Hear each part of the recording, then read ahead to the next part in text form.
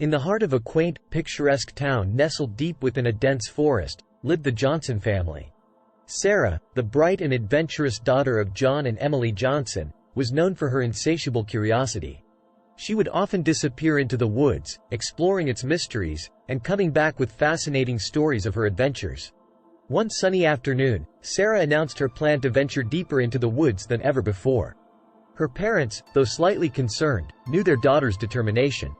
She waved them goodbye with a cheerful grin, promising to be back before sunset. As evening approached, John and Emily couldn't help but grow increasingly worried. Sarah had never been this late before. Panic settled in, and they decided to search for her, calling her name through the dense foliage. Hours passed, and the moon cast an eerie glow upon the darkened woods. Fear gnawed at their hearts, and their calls became more desperate. Exhausted and fearing the worst, they stumbled upon a small clearing in the forest. What they saw there froze them in their tracks. In the center of the clearing stood a decrepit and terrifying doll, its porcelain face cracked and stained. Its once vibrant dress was tattered and dirty, and it seemed as if it had been abandoned in this forsaken place for years. Emily picked up the doll with trembling hands, tears welling up in her eyes. As she clutched the doll, a strange sensation coursed through her.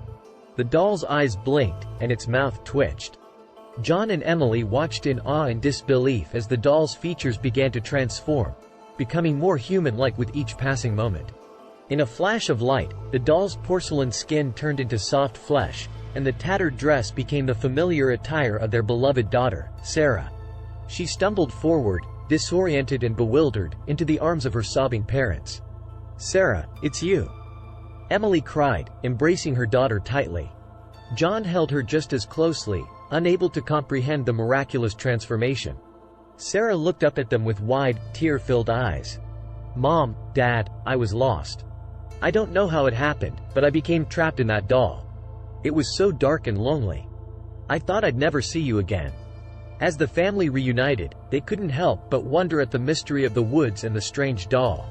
Sarah's adventures had taken her to a place where the boundaries between reality and the supernatural had blurred, but the love of her parents had transcended even those otherworldly barriers.